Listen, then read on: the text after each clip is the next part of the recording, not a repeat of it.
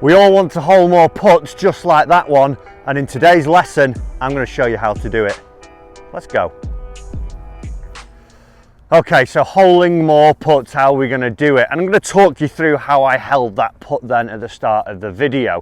It's about 8 feet that I've got here, and this is sort of what this video is looking at, that spectrum of putts from 10 foot and in, because when I go out with some of my lessons and some of my pals when I'm playing who are, you know, mid-teens handicap, slightly higher, I noticed that they do waste shots from this this length. Now, if we could hit it further off the tee, yes, that would be great, and hit it closer. But if you become a great putter, you know, if you think of Tiger over his career, even someone like Jason Day, I don't remember Jason Day missing a putt from 6 foot and in, 8 foot and in. I just always used to think, oh, he's made it, yeah, but no point even watching this, it's going in the hole. And that's because they have good processes, and I'll talk you through those now. But before we do, one of the things that we've got to understand with putting, you could hit a fantastic putt. It could be right out of the middle. It could be going on the line you intended.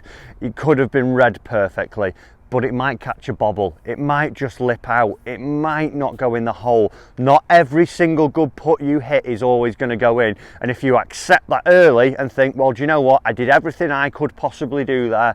I got those things in perspective where I hit it great. I did what I needed to do. Next one will probably, yeah, it'll go in, instead of, oh, how did that miss? It's always me. No. If we can actually just think, well, you know, I did what I needed to do, next one should drop. You'll start to hole more putts because you'll feel a million times more confident, and you'll actually go into the putt thinking about holing it. So, this putt, now, I've got, let's call this, 8 feet. 8 feet there. So, it's one of those, the percentage rate, I'll just drop that on screen there for the PGA Tour that is actually held, isn't as high as you think when you watch these on television. You probably think, oh, they hole every single one. Not the case. But how do they hole more of them? Well, number one, they have a look at the line. So as we're looking down this putt now, you can see what I would see if I was bent down here having a look at it. We want to actually inspect. Where's the land falling from? And not from just directly behind it as well. If you were to actually have a look around here now, and even in the distance, you could probably notice my golf bag, that's actually a little bit lower. As I look down, I think, oh, it's down a little bit of a slope over there. And as I look over to the other side of the green, the actual back left corner of the green's about 3 feet higher than me here. So already I'm getting an instinct and a feel that this green is going that way. And if we think back to that putt at the start of the video, it broke from outside the flag and back in. So first things first, start to have a look at it as you're walking up, and then you can actually get a feel for the land around you. Then you're going to have to know your speed. So are you someone, when you putt, who likes to hit the putt and with its last roll it just drops in the hole? Or are you someone who actually likes to, if you hit the putt and it doesn't go in, you don't mind it going by 3 feet? Or you're somewhere in the middle there? Because that's going to affect that first thing that we just talked about. If I'm someone who likes to dribble the ball into the hole, gravity is going to take a bigger effect on it. So if I was here and I actually went and just dribbled it, you can see now that ball starts to swing towards the end. It's moved about 3 balls back to the left. Then if I was someone now who likes to hit them in a little bit of pace, I could take a little bit more dead aim, and it's not even moved, and it's gone straight into the hole there because of the pace I've hit it at. So 2 putts from the same spot have taken a different line. So as you now are watching this at home, just think about when you putt. Are you someone who's very aggressive? Are you somewhere in between? Or you're someone who's a little bit tentative and you like to just dive them in? Because that then is affecting what break you should see on your putts.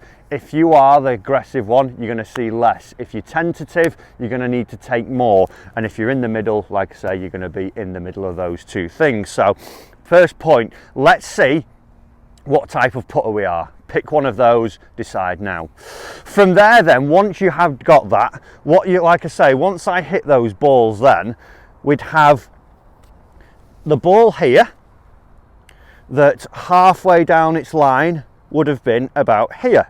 for the fast putt.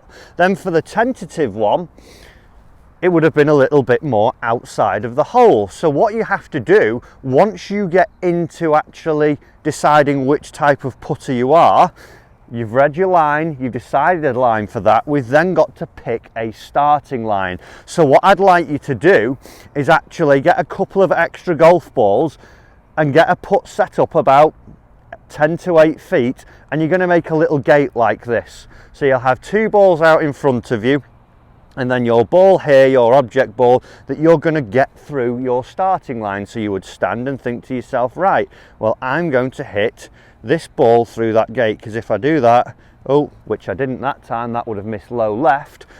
If I get it through my gate, the putt takes care of itself. So we've got number 1, the speed. Then we've got the read, because the speed affects the read. Then we've got the starting line. Like I say, if it's either slow or fast, you're going to have to allow for more breaks. So you need to start the ball in a bit of a different place. And one of the great things to do, if you can see there, we've got the line on the golf ball.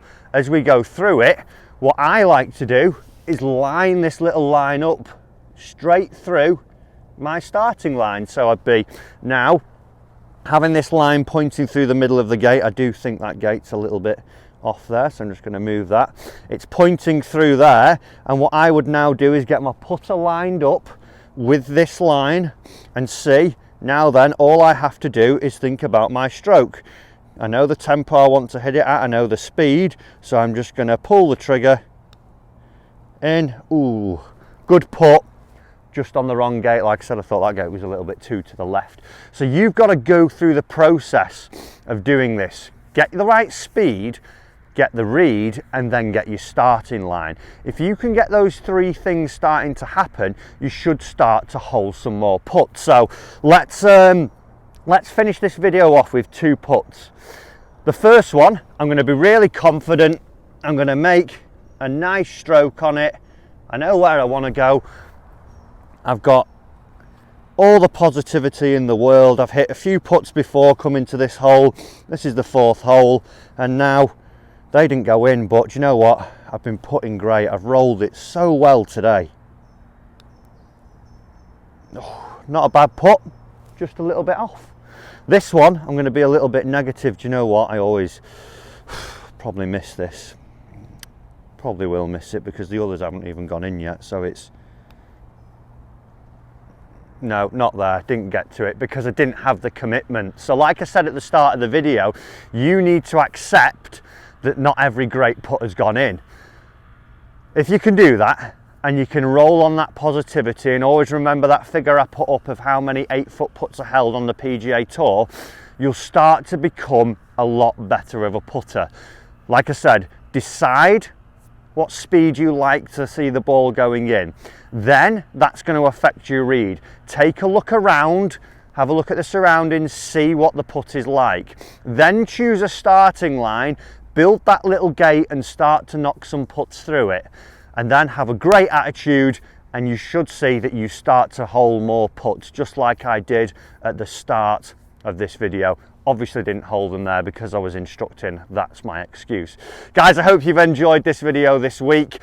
Hopefully you can start to hold some more putts. If you did, remember to hit that like button. Comment down below as well. Do you do anything different when you're putting? What's your method? Also remember, if you want more free golf lessons from me and you want me to be your golf coach, hit that subscribe button, turn on the bell notification, and I'll see you in another lesson.